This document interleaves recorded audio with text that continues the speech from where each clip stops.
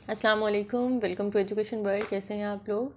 आज की वीडियो में इंग्लिश 101 का हम एक मिड टर्म के लिए पास्ट पेपर सॉल्व करने जा रहे हैं। तो इसमें आप लोगों ने देख लेना है कि एमसीक्यूज़ जो है वो किस तरह के आते हैं, सिनोनिम्स वगैरह पूछे जाते हैं, ठीक है। उसके अलावा आपको टेंसेस से रिलेटेड क्वेश्चन आते हैं, ग्रामेटिकल क्वेश्चन बहुत ज़्यादा आते हैं, और थोड़ा बहुत आपका जो उसमें है ना बुक के अंदर राइटिंग स्किल्स वगैरह उसके मुतालिक चीज़ें पूछी जाती हैं, ठीक है। फ़ाइल काफ़ी लंबी है, 125 पेजेस की है ये। तो मैं सारी तो नहीं सॉल्व करूँगी, लेकिन शुरू वाले कुछ एमसीक्यूज़ आपको करवा के उसके बाद हम कुछ सब्जेक्टिव पार्ट देखेंगे कि वो किस तरह का आता है। तो इससे आपको आइडिया हो जाएगा कि पेपर कैसा आता है। और हैंडआउट्स की रीडिंग लाजमी करनी है एक दफ़ा, ठीक है। कोई भी सब्जेक्ट है, मैं हमेशा अपनी वीडियो में कहती हूँ कि हैंडआउट्स को बिल्कुल इग्नोर नहीं करना, शॉर्टकट आप ना ढूंढा करें। जो पेपर होता है ना वीयू का, वो कहीं से भी बन सकता है पेपर, तो आपने बुक पहले अच्छे से कर लेनी है, उसके बाद बाकी चीज़ें करनी है, ठीक है। एटलीस्ट एक दफ़ा रीडिंग लाजमी आपने सारे लेक्चर्स की करनी है, देन आपने पास्ट पेपर या किसी और चीज़ की तरफ मूव करना है, ठीक है जी। स्टार्ट करते हैं हमारा question number 1। Choose antonym for the underline word. Antonym का मतलब है कि आपने इसका ऑपोजिट बताना है, ठीक है। रिवील का ऑपोजिट, रिवील का मतलब क्या होता है? खोल देना, ठीक है, एक्सपोज कर देना। तो हमने इसका ऑपोजिट बताना है। तो यहाँ पे 4 ऑप्शन है हमारे पास। पहले तो हम चारों के मीनिंग बताते हैं, उसके बाद हम इसको सॉल्व करते हैं, ठीक है।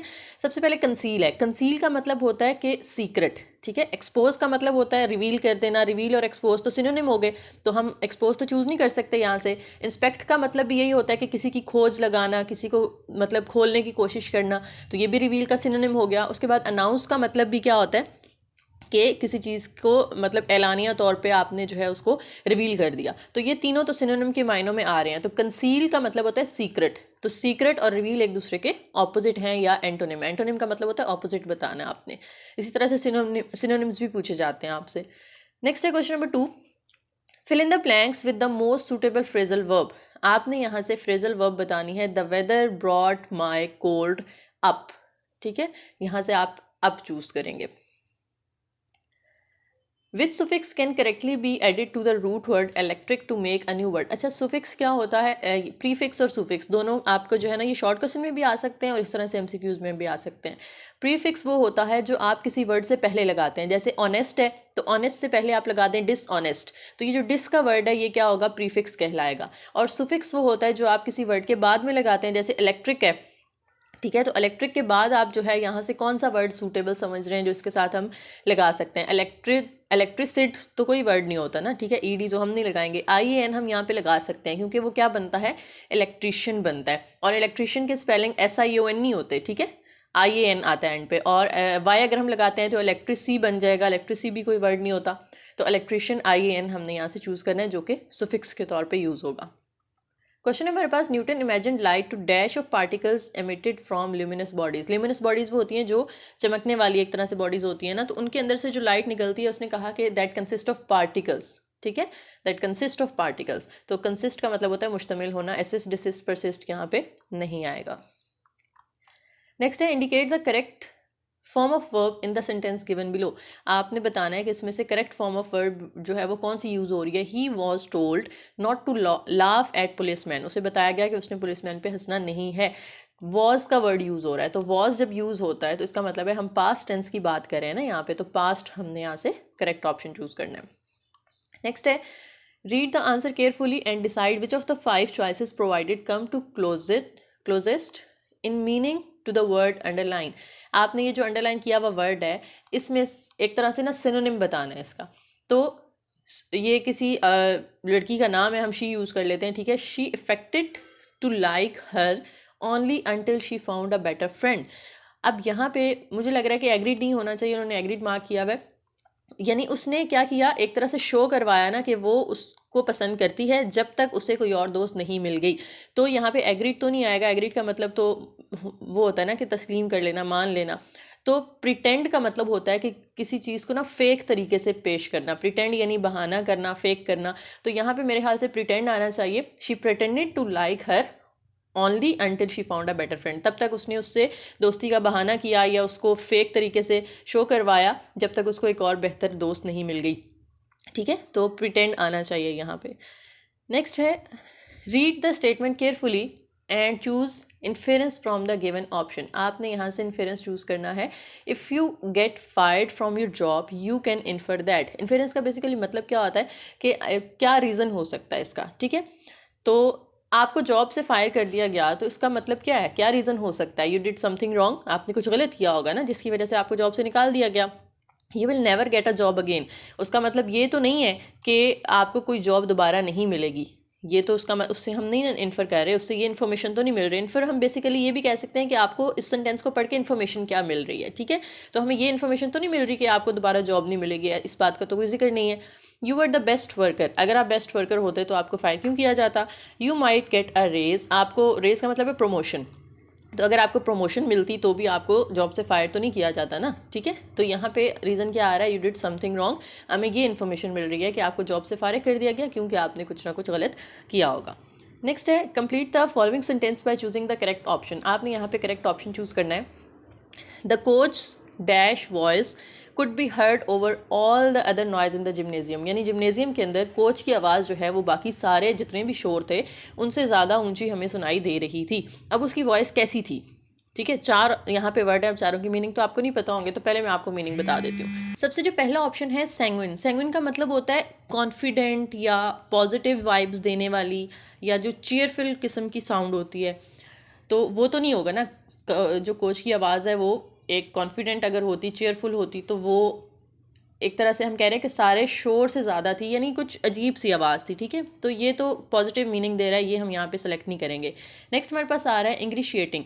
इसका मतलब होता है कि स्मूथ टॉकिंग कोई बंदा जब कर रहा होता है ना, तो उसकी जो आवाज़ होती है कि बड़ी पोलाइट सी आवाज़, तो ये भी हम यहाँ पे नहीं लगाएंगे। नेक्स्ट आ जाता है स्ट्रीडेंट।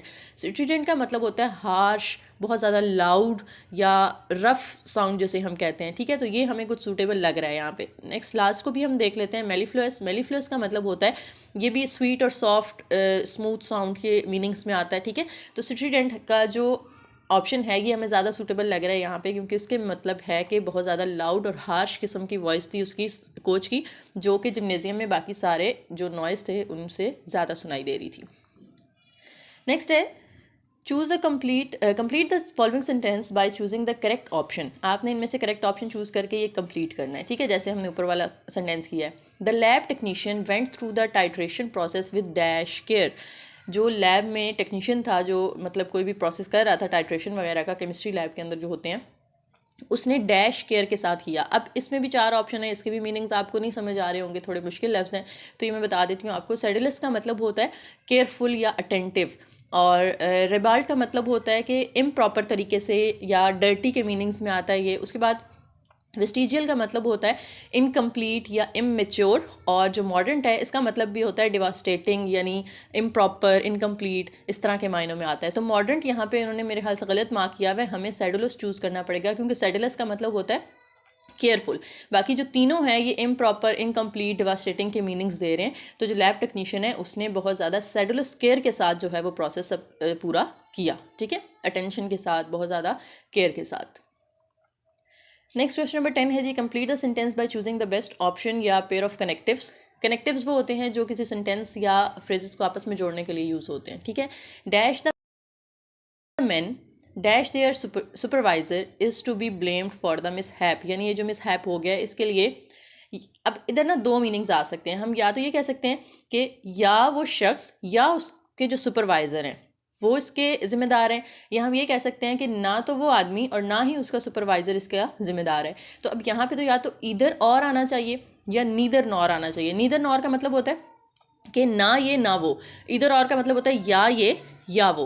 तो अब इधर और का ऑप्शन तो हमें यहाँ पे नज़र नहीं आ रहा, तो हमने नीदर नॉर चूज़ कर लेना, ठीक है। नीदर के साथ एंड नहीं आता, नीदर के साथ हमेशा नॉर आता है। इधर के साथ जो है वो और आता है, एंड नहीं आता, और नीचे इधर के साथ नॉर लगा हुआ है, इधर के साथ नॉर नहीं आता, इधर के साथ हमेशा और आता है। तो नीदर नॉर हम यहाँ पे सेलेक्ट करेंगे। नेक्स्ट है read the cause in the given situation and choose the effect. Cause reason होती है, ठीक है, और उसकी वजह से क्या काम हो रहा है वो इफेक्ट होता है, तो वो चीज़ें हमने यहाँ पे बतानी है। She was in a hurry riding her bike, so she carried her viola across the handle bars, she fail to see the rock on the street in the front of her. यानी वो एक cycle चला रही थी लड़की, और उसने अपना जो वायला है, वायला एक ना म्यूज़िकल इंस्ट्रूमेंट होता है, ठीक है, वो उसने अपने जो साइकिल के हैंडल बार्स थे उसके ऊपर हैंग किया हुआ था। तो उसने क्या किया कि उसको रोड पे रॉक या पत्थर नज़र नहीं आया स्ट्रीट के अंदर, तो उसका इफ़ेक्ट क्या होगा, ये रीज़न है ना। अब इफ़ेक्ट क्या होगा, the viola did not fall off the bike, the rock did not get in the girl's way, the girl fell off her bike, the girl got off her bike to take a break. यानी उसे अगर पत्थर नज़र नहीं आया तो उसका मतलब ये है कि वो गिर गई होगी बाइक से, ठीक है। The girl got of the bike तो तब होता अगर उसे पत्थर नज़र आ जाता तो वो ब्रेक लगा के उतर जाती, लेकिन उसे वो नज़र नहीं आया, इसका मतलब है कि वो बाइक से गिर गई होगी। तो ये C option is the better one. Next है fill in the blank with appropriate connector. आपने यहाँ पे भी कनेक्टर यूज़ करने, जैसे ऊपर हमने इधर और वगैरह किया। Dash other molluscs the oyster reproduces by eggs. अब मोलस्कस क्या होते हैं, ये होते हैं जी, हम कहते हैं कि जो रहने वाले समंदरों में रहने वाले होते हैं ना जानवर, जैसे स्नेल्स हो गए, ऑक्टोपस वगैरह, उनकी तरह जो ऑयस्टर है वो भी एग्स से ही प्रोड्यूस होता है।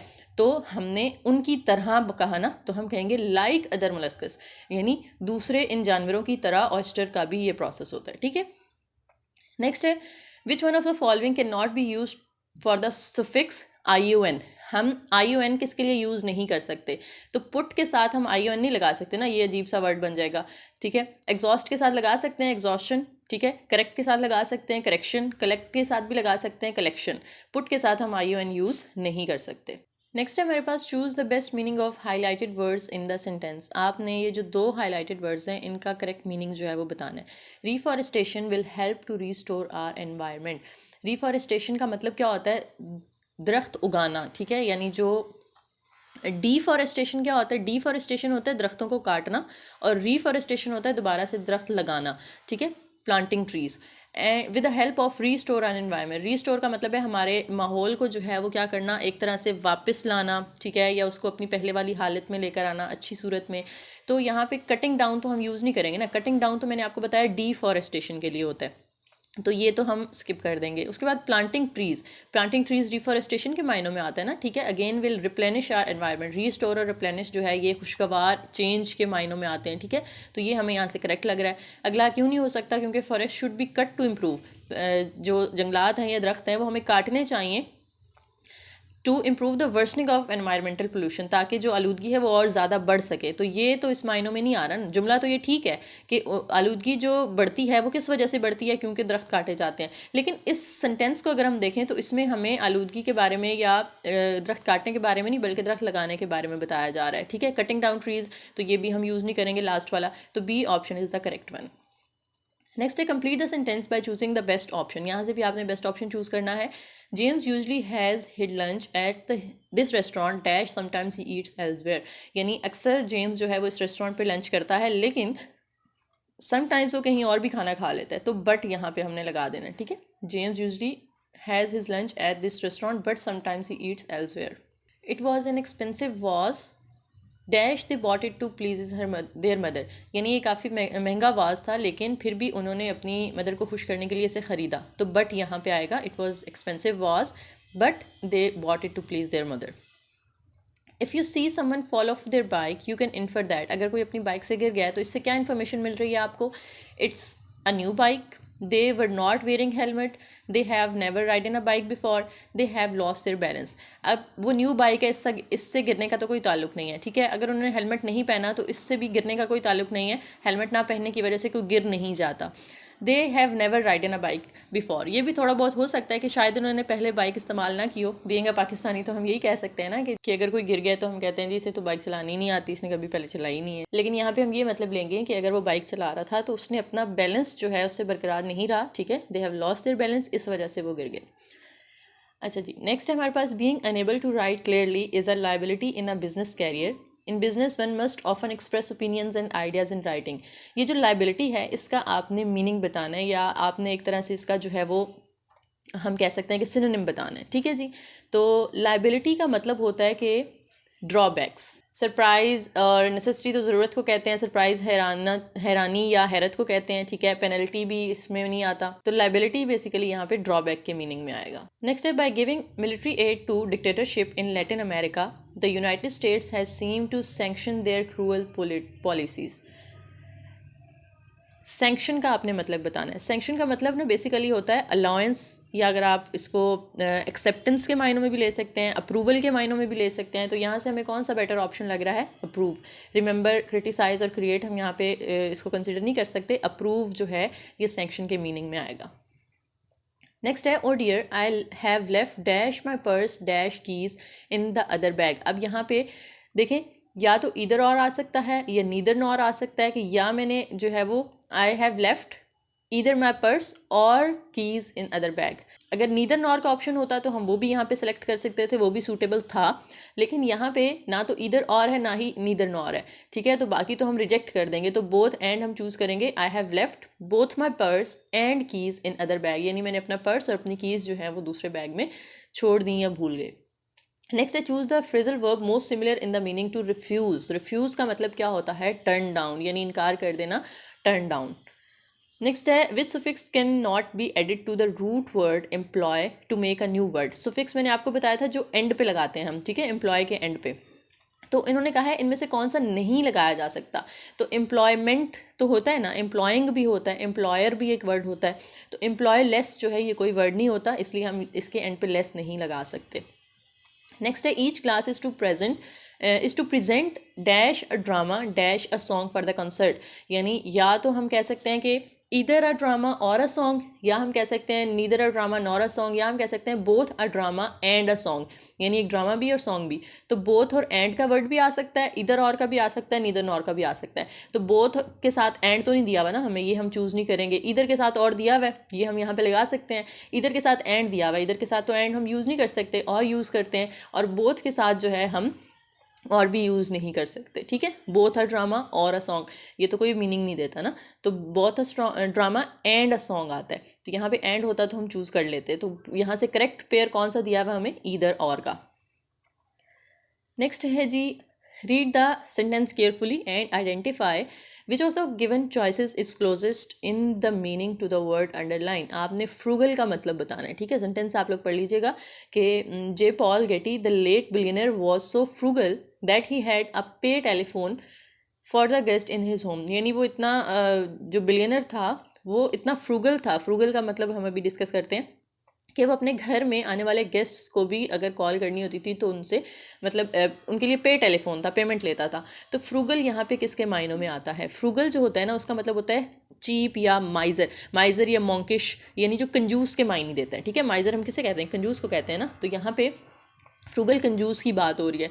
और इनमें से कंजूस किसको कहेंगे हम? सेंसिटिव को भी नहीं कह सकते, जनरस को भी नहीं कह सकते। जनरस तो सखी दिल होता है ना, खुले दिल वाला। ऑनेस्ट हम ईमानदार को कहते हैं। और थ्रिफ्टी जो है ये कंजूस के मायनों में आता है। तो फ्रूगल का यहाँ पे सिनोनिम क्या बनेगा? थ्रिफ्टी। नेक्स्ट है, read the statement carefully and choose inference from the given option. Inference दोबारा यही कि आपने जो है इससे इन्फो बतानी है कि क्या इन्फॉर्मेशन मिल रही है आपको। If you go to a birthday party you can infer that. आप एक बर्थडे पार्टी पे जा रहे हैं तो क्या आप जो है वो एक्सपेक्ट कर सकते हैं? There will be a cake, the person is turning 20, there will be a clown, you will have bad time. ये तो नहीं हो सकता ना, बर्थडे पे जा रहे हैं तो बुरा टाइम तो नहीं गुजारेंगे आप। और ये भी हमें कोई पता नहीं है कि वो 20 साल का हो रहा है। There will be a clown, clown basically यहाँ पे हमें मतलब दे रहा है किसी एंटरटेनर या कॉमेडियन वगैरह, ठीक है। तो ये हो भी सकता है, नहीं भी हो सकता, बट श्योरिटी है इस बात की कि there will be a cake. अगर बर्थडे पार्टी है तो केक तो लाजमी होगा। तो ए ऑप्शन हम यहाँ से चूज़ करेंगे। Next choose the best meaning for the highlighted word. Contemporary का आपने मतलब बताना है। Student of contemporary art must also study in the classic works, ठीक है। ये आगे उन्होंने थोड़ा सा सेंटेंस दे दिया है। अब कंटेम्प्रेरी जो है ना इसका मतलब होता है अप टू डेट या लेटेस्ट के मायनों में आता है। तो उनमें से कौन सा हमें यहाँ पे लग रहा है? रिलीजियस तो नहीं आएगा, not having to do with religion ये भी नहीं आएगा। फॉर्मर का मतलब होता है पुराना, तो मॉडर्न का मतलब होता है अप टू डेट या लेटेस्ट। तो कंटेम्प्रेरी का मीनिंग यहाँ से हम मॉडर्न चूज़ करेंगे। नेक्स्ट है, there is an optimum way to approach each kind of exam question. Optimum का मतलब होता है जो सबसे बेस्ट हो, ठीक है। तो वो बेस्ट हमें यहाँ पे सेम वर्ड दिया हुआ है तो हमने यहाँ पे बेस्ट चूज़ कर लेना है। टाइम कंज्यूमिंग इसका ऑपोजिट हो जाएगा। अनोइंग भी जो है ये इसके ऑपोजिट मीनिंग्स देगा। इनकन्वीनियंट भी इसके ऑपोजिट मीनिंग देता है। तो बेस्ट इसका सिनोनिम है। Next choose correctly spelled word from the option provided. आपने करेक्ट स्पेलिंग चूज़ करने हैं कैलेंडर के, तो वो ये होते हैं, ठीक है। नेक्स्ट है जी, आपने करेक्ट ऑप्शन चूज़ करना है। Hemp can not be use to produce marijuana. Marijuana क्या होता है? ये एक तरह की वो है ड्रग है, ठीक है। It dash it low THC content. THC content ये एक केमिकल होता है, टेट्रा हाइड्रो इस तरह का कुछ करके, टेट्रा हाइड्रो शायद कैनाबिनॉल होता है, ये कुछ इस तरह का नाम होता है इसका। तो हेम्प जो है, हम उसको, हेम्प एक प्लांट है, ठीक है, हेम्प एक पौधा है, उसको हम मैरिजुआना बनाने के लिए यूज़ क्यों नहीं कर सकते? क्योंकि उसके अंदर लो THC होता है। अच्छा, जो ड्रग्स वगैरह बनाई जाती हैं ना, वो उन चीज़ों से बनाई जाती हैं जिनके अंदर THC कंटेंट थोड़ा हाई मिकदार में हो। तो ये अगर लो है तो उससे नहीं बनाई जा सकती। तो यहाँ पे हम कहेंगे because of, hemp cannot be used to produce marijuana because of its low THC content, ठीक है। तो because of, अगर यहाँ पे होता ना डैश इट हैज़, इट्स की जगह इट हैज़ होता, it has low THC content, तो फिर आप सिर्फ बिकॉज चूज़ करते, बिकॉज इट हैज़। लेकिन अब यहाँ पे इट्स है तो इसलिए आपने बिकॉज ऑफ चूज़ करना है, ठीक है। एज भी तब चूज़ कर सकते थे अगर इट हैज़ होता, as it has low THC content. तो यहाँ पे हमें बिकॉज ऑफ जो है वो सूटेबल वर्ड लग रहा है। नेक्स्ट है choose a suitable option to fill in the blank. Coach Calhoun tried to dash his team to try harder in the face of overwhelming odds। यानी कोच कैलहन ने कोशिश की कि उसकी जो टीम है वो ज़्यादा मेहनत करे in the face of overwhelming odd. Odd जो है ना वो हम कहते हैं कि लीड करना, ठीक है। और यानी उसकी टीम लीड कर रही थी, फिर उसने अपनी टीम को जो है वो कोशिश की कि वो मज़ीद मेहनत करे। अब यहाँ पे हमें चार ऑप्शन दे दिए। इनमें से एग्जॉर्ट जो है ना, एग्जॉर्ट का मतलब होता है इनकरेज करना या चार्ज करना, ठीक है। इंस्टिगेट का मतलब होता है गेट ऑफ द ग्राउंड, इसका सिनोनिम ये होता है, यानी उनको ग्राउंड से वापस मतलब एक तरह से बुला लेना। एमुलेट का मतलब होता है फॉलो करना, कॉपी करना। उसके बाद फ्लाउट का मतलब होता है डिसओबे करना या ब्रेक करना, इस तरह की चीज़ों में ये आ जाता है। तो सूटेबल कौन सा लग रहा है हमें? एग्जॉर्ट, यानी कोच कैहलोन ने और ज़्यादा इनकरेज किया इसकी टीम को। एग्जॉर्ट का मतलब है इनकरेज करना, कि वो और ज़्यादा मेहनत करें in the face of overwhelming odds. अच्छा, यहाँ पे अब हमारे जो है वो तकरीबन 7-8 पेजेस हो गए हैं। तो अब नेक्स्ट पेपर शुरू हो रहा है। MCQs तो मैं इस तरह से पढ़ती जाऊँगी तो काफ़ी लंबी वीडियो हो जाएगी। तो अब बाकी जो MCQs हैं वो आप लोगों ने इस तरह से देख लेने हैं, ठीक है। अब आइडिया तो आपको हो गया होगा कि किस तरह के आ रहे हैं। अब हम आगे चलते हैं अपने सब्जेक्टिव पार्ट पे, थोड़ा सा वो डिस्कस कर लेते हैं कि आपके शॉर्ट और लॉन्ग क्वेश्चन जो हैं वो किस तरह से आते हैं, ठीक है। एक तो ये यहाँ पे जी आया हुआ है एक 2 मार्क्स का, choose approximate option for the sentence given below. आपने इनमें से चूज़ करना है कि कौन सा जो है वो वर्ड सूटेबल होगा। आई एक्सेप्ट और आई एक्सेप्ट। ACC जो होता है इसका मतलब होता है कबूल करना, और EXCE जो होता है इसका मतलब होता है एक्सेप्ट का मतलब है कि इसके अलावा, ठीक है। I accept all your compliments, मैं आपके सारे कॉम्प्लीमेंट्स एक्सेप्ट करता हूँ, कबूल करता हूँ, तो ACC वाला आएगा। उसके बाद आगे चलें तो but I dash you to offer, मैं आपको एडवाइस कर रहा हूँ। अब ये जो सी वाला होता है ये नाउन होता है, ठीक है। ये एडवाइस जो है नाउन है, और एस वाला जो है ये वर्ब है। तो यहाँ पे इन्होंने येलो इसको किया हुआ, ये गलत है। इन्होंने एस वाले को करना चाहिए था, आई एडवाइज़ यू टू ऑफ़र, यानी मैं आपको नसीहत कर रहा हूँ। तो ये एडवाइस आना चाहिए। एडवाइस जो है ना ये नाउन होता है, जैसे उसने मेरी नसीहत पर अमल नहीं किया, he did not act upon my advice, तो फिर आप सी वाला यूज़ करते। लेकिन यहाँ पे एज अ वर्ब हमने यूज़ करना है। नाउन के बाद जो है वो वर्ब आता है ना, सब्जेक्ट के बाद वर्ब आता है, तो हमने एस वाला चूज़ करना है यहाँ से, ठीक है। यू टू ऑफर फ्यूअर और less of them at a time, तो लेस और फ्यूअर में से हम यहाँ पे फ्यूअर चूज़ कर रहे हैं। फ्यूअर देम, जब कुछ लोगों में से बात हो रही होती है ना, तो हमने फ्यू चूज़ करना होता है, यानी जो चीज़ें हम गिन सकते हैं ना, काउंट कर सकते हैं, उसके साथ हमने फ्यू लगाना होता है। लेस हम उसके साथ लगाते हैं जो हम काउंट नहीं कर सकते। तो यहाँ पे ऑफ देम का मतलब है कि हमने लोगों में से चूज़ करना है, तो लोग तो काउंट किए जा सकते हैं, इसलिए हमने फ्यूअर चूज़ किया। Because it's not good for a person to hear too many positive things about himself in one day. तो इट्स, ये वाला इट्स जो है इसका मतलब होता है कि आपने जो है वो इट इज़, ये जो अपोस्ट्रोफी है ना, ये इट इज़ होता है और ये इट्स होता है, ठीक है। तो इट इज़ नॉट गुड, यहाँ पे हम बेसिकली यही कहना चाह रहे हैं, because it is not good for a person. It's जो है वो हम कहते हैं कि पोजेसिव मीनिंग देता है किसी चीज़ की मलकियत शो करने के लिए, लेकिन ये जो अपोस्ट्रोफी वाला एस होता है ये इट इज़ की मीनिंग देता है। तो हमें यहाँ पे इट इज़ नॉट गुड चाहिए, तो हमने इट इज़ चूज़ कर लिया, ठीक है। नेक्स्ट फिर MCQs हैं, ये आप लोग देख लीजिएगा। आगे हम चलते हैं, कुछ और सब्जेक्टिव पार्ट अगर हमें मिल जाए। ये देखें जी यहाँ पे, ठीक है। इस ऊपर वाले ये MCQs वगैरह आप लोग देख लीजिएगा, ठीक है। कॉन्सोनेंट्स वगैरह और इस तरह के। Brought up, she brought her children up on their own after the divorce. Brought के साथ हमेशा अप आता है, शी ब्रॉट अप। उसके बाद कॉन्सोनेंट्स कितने होते हैं, वॉल्स कितने होते हैं, ये भी पता होना चाहिए। अच्छा, सब्जेक्टिव की तरफ चलते हैं। 2 नंबर का क्वेश्चन है, 4 ब्लैंक्स दी गई हैं आपको, और आपने करेक्ट जो है ना वो वर्ब चूज़ करना है यहाँ पे। माइक हैज़ डैश 3 सैंडविचेज़, और यहाँ पे ईट की कौन सी फॉर्म आनी चाहिए, तो माइक हैज़ ईटन। याद रखें जब भी हैज़ या हैव या हैड इनमें से कुछ भी होगा ना तो उसके बाद हमेशा थर्ड फॉर्म ही आती है, ठीक है। तो Mike has eaten 3 sandwiches. Someone has, यहाँ पे भी हैज़ आ गया तो थर्ड फॉर्म लगानी है, यूज़ की थर्ड फॉर्म आ जाएगी used. Someone has used my toothbrush. I have dash him for 10 years, have आ गया तो इसके बाद थर्ड फॉर्म आनी चाहिए, तो नो की third form known. I have known him for 10 years. Know, knew, known, second form knew होती है, थर्ड नॉन होती है। My mother has dash the hole in my socks. Mend का मतलब होता है ठीक कर देना, मुरम्मत कर देना, तो हैज़ आ रहा है। हैज़ के बाद हम यहाँ पे क्या लगाते हैं, सेकेंड फॉर्म थर्ड फॉर्म लगाते हैं। My mother has mended the hole in my socks. Next आ गया जी, what is the purpose of a table. Table का मतलब क्या मकसद होता है, थोड़ा सा आपने टेबल का इंट्रो बताना है। इसके अंदर रोज़ और कॉलम्स होती हैं, ठीक है, सबकी यूनिक वैल्यू होती है, और इसका मकसद क्या होता है कि डाटा को ईजिली हैंडल करना, अपडेट करना, उसको ईजिली एक्सेस कर सकें, हम सॉर्ट कर सकें यानी अरेंज कर सकें। उसके बाद इस तरह के क्वेश्चन आ सकते हैं कि आपने एक सेंटेंस दिया हुआ है, ठीक है, और उसमें कोई अगर आपको वो कहते हैं कि आपने उसको री राइट करना है थोड़ा सा चेंज करके, हर अपार्टमेंट इज़ वेरी हॉट, ठीक है, वो कह रहे हैं कि उसका कोई एयर कंडीशनर नहीं है, हर अपार्टमेंट इज़ वेरी हॉट, उसके एयर कंडीशनर ना होने की वजह से उसका अपार्टमेंट जो है वो हॉट है। तो अब वो कह रहे हैं सेंटेंस आप इस तरह से शुरू करें, हर अपार्टमेंट इज़ वेरी हॉट, तो फिर आप इसको कंप्लीट कैसे करेंगे, ठीक है। तो ये आपने इस तरह के सेंटेंस भी आ सकते हैं पेपर में। नेक्स्ट आपको मैंने बताया था ना ऊपर एमसीक्यूज में कि प्रीफिक्स और सुफिक्स आपको शॉर्ट में भी आते हैं, तो यहाँ पे देखें 3 नंबर का आया हुआ है, आपने करेक्ट सुफिक्स चूज़ करना है यहाँ से। You will not B permit था तो आपने उसके साथ ईडी लगाना है या ईआर लगाना है, तो परमिटर तो नहीं होगा ना, you will not be permitted to swim, यहाँ पे हम उसको ईडी लगाएंगे। The old road has to be repave, और उसके बाद आईएनजी है या ईडी है, मैंने आपको कहा था जहाँ पे हैज़ आता है तो इसलिए हमने यहाँ पे रिपेव्ड ईडी लगा देना है रिपेव के साथ। नेक्स्ट है are you plan to visit me in Myrtle breach. अब ईडी आना चाहिए या आईएनजी आना चाहिए, तो आर आ रहा है ना, इज एम आर के साथ हमेशा आईएनजी आता है, ठीक है। जैसे मैंने आपको हैज़ हैव और हैड का बताया कि उसके बाद हमेशा थर्ड फॉर्म आती है, इज एम और आर के साथ हमेशा फर्स्ट फॉर्म और उसके साथ आईएनजी लगता है। तो are you planning to visit me. Next आपके पास फिर जी प्रीफिक्सेस वाले आ गए हैं, ठीक है। प्रीफिक्सेस वो होते हैं जो हमने उनसे पहले लगाने होते हैं, जैसे सिमिलर है तो उससे पहले आपने डिसिमिलर लगा दिया, उन्होंने कहा कि आपने नेगेटिव फॉर्म्स बनानी है ना, ठीक है। जैसे एक सेंटेंस था, the new house is not similar to our old one, यानी ये जो नया घर है ये हमारे पुराने घर जैसा नहीं है, तो ये नॉट आपने हटा देना है। जब आप सॉल्व करेंगे ना नीचे इसको आंसर में लिखेंगे, नॉट आपने हटा देना है, उसकी जगह डिस लगा देना है, dissimilar. The organisation insist that it is political था तो उसको इम्पोलिटिकल, नॉन पोलिटिकल भी लिख सकते हैं, इम्पोलिटिकल भी लिख सकते हैं।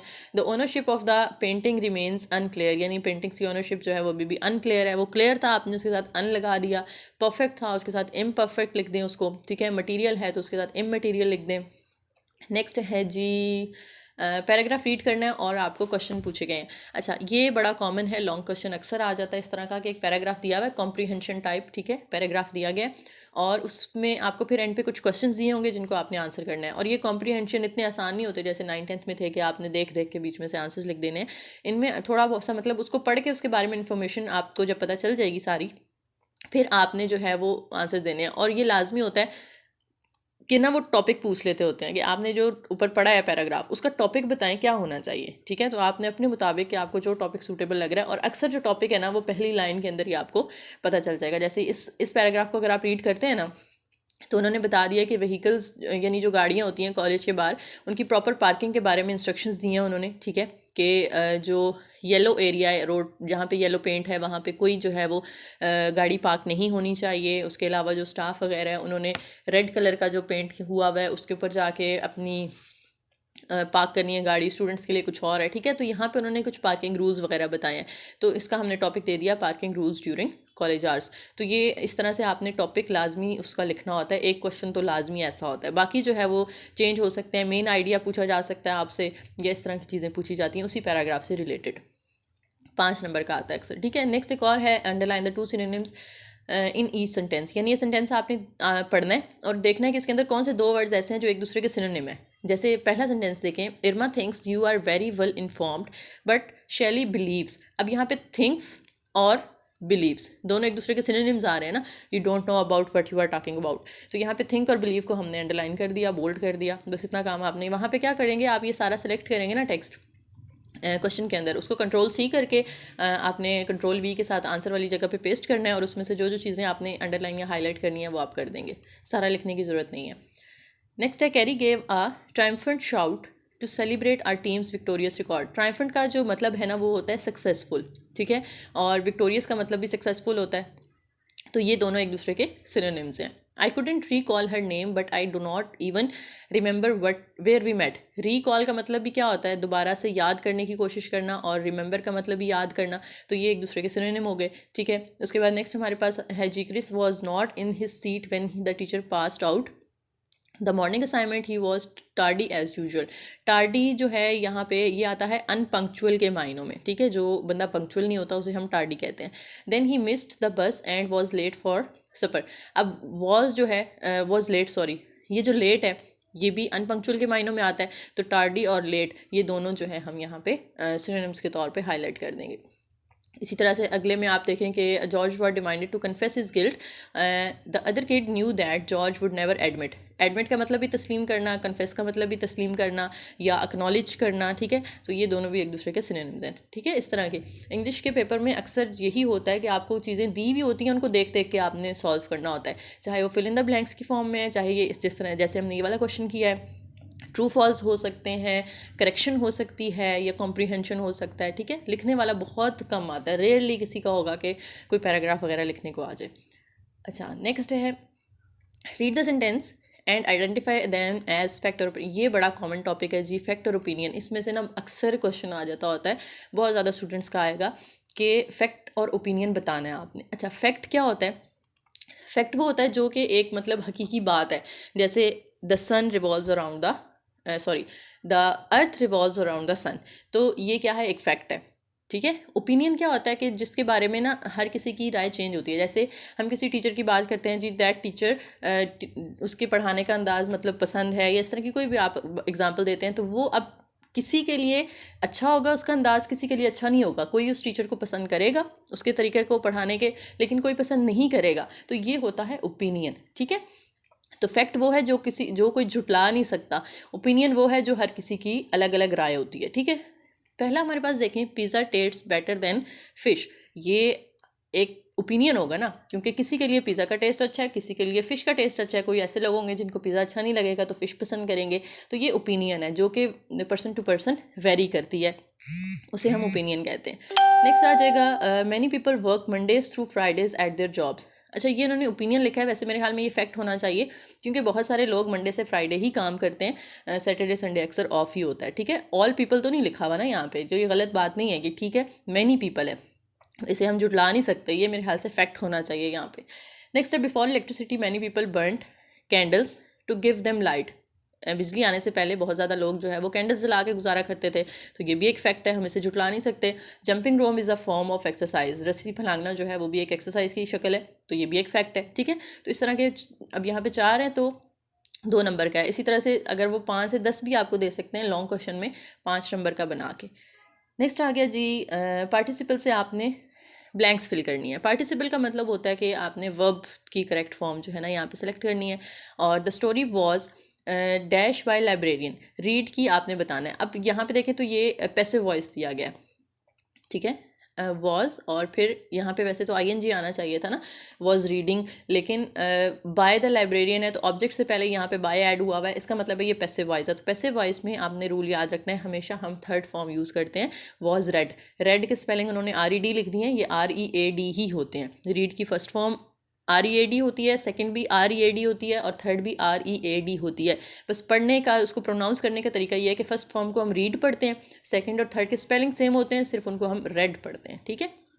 तो READ आना चाहिए। These numbers have been dash wrong, ये नंबर्स गलत ऐड किए गए हैं। अब हैव बीन है तो यहाँ पे एडेड, ये भी पैसिव वॉइस में दिया गया है हमें। The my brother has never drunk wine, drink की थर्ड फॉर्म, क्योंकि हैज़ आ रहा है तो हैज़ के बाद तो थर्ड फॉर्म आनी चाहिए, तो ड्रंक आना चाहिए, ड्रंक आएगा यहाँ पे, ठीक है। ड्रिंक, ड्रंक, ड्रैंक और फिर ड्रंक, सेकेंड फॉर्म ड्रैंक होती है, थर्ड ड्रंक होती है। I have never dash so sick before, feel, have आ रहा है तो थर्ड फॉर्म आनी चाहिए, तो फील की third form felt, I have never felt so sick before. Next आपके पास फिर देखें, फैक्ट्स और ओपिनियन आ गए हैं, ठीक है, इनको आपने देख लेना है। फिर पार्टिसिपल है, यहाँ पे आपने correct form of verb use करनी है, ठीक है। हैज़ है तो थर्ड फॉर्म आएगी, हैव है तो थर्ड फॉर्म आएगी, वॉज है, ठीक है, तो the money was put in the bank. अब यहाँ पे भी ये भी पैसिव वॉइस में आ रहा है, तो इसको हम पुट यहाँ पे रखेंगे, ठीक है। हैव यू बीन, हैव है तो थर्ड फॉर्म आएगी, हर्ट की थर्ड फॉर्म हर्ट ही होती है। विल हैव, अब यहाँ पे हैव है तो थर्ड फॉर्म आनी चाहिए, तो रीडू की थर्ड फॉर्म होती है रीडन, REDONE, ये स्पेलिंग करेक्ट कर लीजिएगा, REDONE। Mike has already read that article, ठीक है। हैज़ है तो थर्ड फॉर्म आनी चाहिए ना, रीड की थर्ड फॉर्म स्पेलिंग सेम होते हैं, पढ़ते हैं हम उसको रेड ने। नेक्स्ट फिर पैराग्राफ है, इसका आपने मेन आइडिया बताना है। मेन आइडिया का मतलब है जैसे हम उर्दू में मरकज़ी ख्याल लिखते थे ना मैट्रिक इंटर के अंदर, उसी तरह से आपने मेन आइडिया यहाँ पे बताना है, ठीक है। तो वो 1 से 2 लाइन्स के अंदर होना चाहिए, ज़्यादा नहीं होना चाहिए। यानी आपने मेन आइडिया, यानी टॉपिक जो है ना वो और होता है, मेन आइडिया और होता है। टॉपिक का मतलब है कि 3 से 4 अल्फाज, ठीक है, मैक्सिमम 5, लेकिन मेन आइडिया जो है वो 1 से 2 लाइन्स का होना चाहिए। नेक्स्ट है रीड द पैसेज केयरफुली, ये भी मेन आइडिया वाला आ गया जी। नेक्स्ट है स्किमिंग और स्कैनिंग में क्या फ़र्क है। अच्छा, इस तरह के भी शॉर्ट आ सकते हैं, जो आपके राइटिंग स्किल्स वाले चैप्टर है ना, उनके अंदर डिफरेंट डेफिनेशंस वगैरह दी होंगी, तो उनमें आपने ये देख लेना है कि इस तरह की छोटी छोटी डेफिनेशंस भी आपने याद करनी है, ठीक है। स्किमिंग और स्कैनिंग वैसे मैं आपको बता देती हूँ क्या होता है। जब आपके पास एक डॉक्यूमेंट है ना, स्किमिंग का मतलब होता है आप उस पूरे डॉक्यूमेंट को, जैसे पैराग्राफ है ना, मैं इस पूरे को जल्दी जल्दी पढ़ लूँगी ताकि मुझे पता चल जाए इसके अंदर क्या लिखा हुआ है, ठीक है। स्पीड से पढ़ना, तो स्किम का मतलब होता है स्पीड से थोड़ा पढ़ना, काफ़ी तेज़ी से पढ़ना, ताकि आपको उसके अंदर समझ आ जाए कि क्या क्या लिखा हुआ है। बस एक हम आइडिया लेने के लिए पढ़ रहे होते हैं, जैसे आजकल आप लोग हैंडआउट्स पढ़ रहे होंगे, ठीक है, जल्दी जल्दी, ताकि बस पता चल जाए कि क्या है। याद तो आप नहीं कर रहे होंगे, ठीक है, इतने ज़्यादा हो भी नहीं सकते, बस रीडिंग ही काफ़ी है वैसे हमारे लिए। अच्छा, नेक्स्ट दूसरा आ जाता है स्कैन। स्कैन का मतलब होता है कि आप पढ़ नहीं रहे, आप वैसे इस नज़र फेर रहे हैं इस पूरी लाइन के ऊपर कि आप इसमें से ना फॉर एग्जांपल इन्फॉर्मेशन का वर्ड ढूंढना चाहते हैं, तो आप इसमें को ऐसे पढ़ रहे हैं, ठीक है, नज़र फेर रहे हैं, पढ़ नहीं रहे, इसको ऐसे गौर से बस देख रहे हैं और जहाँ इन्फॉर्मेशन आया बस उसको रीड कर लिया, ठीक है। तो ये होता है स्कैनिंग, यानी आप सिर्फ जो है run your eyes over text और information to pull out specific words, आपने कुछ स्पेसिफिक वर्ड्स बीच में से ढूंढने हैं, तो आप सिर्फ उसके ऊपर नज़र फेर रहे हैं, टेक्स्ट के ऊपर, उसको प्रॉपर पढ़ नहीं रहे, ठीक है। तो ये फ़र्क होता है दोनों में। नेक्स्ट एक और आ गया जी, लाइन ग्राफ से रिलेटेड क्वेश्चन, ठीक है, ये आप लोगों ने देख लेना है। पर्पस ऑफ कोऑर्डिनेटिंग कंजंक्शन, ये ग्रामर के भी अक्सर पूछे जाते हैं। कोऑर्डिनेटिंग कंजंक्शन क्या होता है बेसिकली, जो कि सेंटेंस के 2 पार्ट्स को या वर्ड्स को या क्लॉजेस को या फ्रेजेस को आपस में जोड़ने के लिए यूज़ होता है, ठीक है। और वो कौन कौन से होते हैं, एंड, बट, और, नॉर, फॉर, येट, सो, इस तरह के।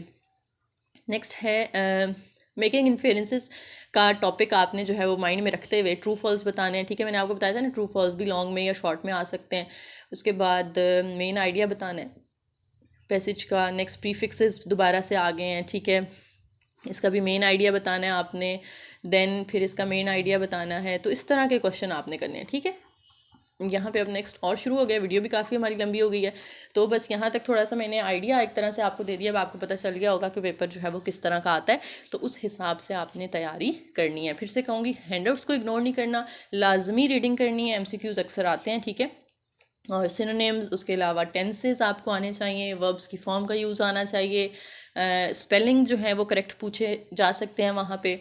और इस तरह की चीज़ें आपने लॉन्ग शॉर्ट के हिसाब से देख के जानी है, और फिर आपने अपना पेपर करके आना है, ठीक है जी। Best of luck for the exam. और जब आप पेपर करके आएँ तो यहाँ वीडियो के नीचे आके लाजमी कमेंट करें कि आपका पेपर कैसा हुआ, और वीडियो पसंद आई हो तो लाइक करें, शेयर करें, चैनल सब्सक्राइब करें। Thank you.